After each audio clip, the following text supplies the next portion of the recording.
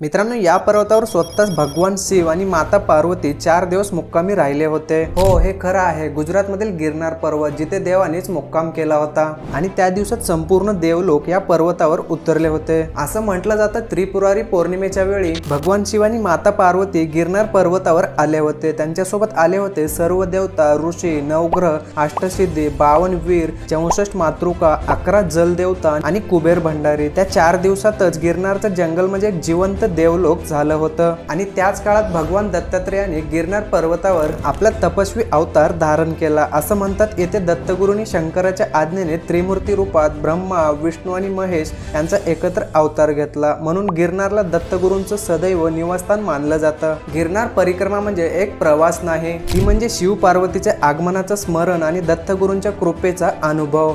या 38 किलोमीटरच्या परिक्रमातील प्रत्येक पाऊल म्हणजे पापांचं क्षालन, शक्तीचे शुद्धीकरण आणि आशीर्वादाची अनुभूती. या काळात जंगलात प्राणी सुद्धा शांत होतात. सिंह, साप, विंचू कोणालाही त्रास देत नाहीत. भक्त म्हणतात ही दत्तगुरूंचीच कृपा आहे. शास्त्र सांगते की 3 वेळा गिरनार परिक्रमा केलं की एका कैलास यात्रेचं पुण्य मिळतं. ही परिक्रमा केल्यावर मन पवित्र होतं आणि जीवन नव्यानं उजळतं. गिरनार पर्वत जिथे शिव पार्वतीचा मुक्काम झाला होता, जिथे दत्तगुरूंनी तप केला आणि तिथे आजही देवांचा श्वास घुमतो.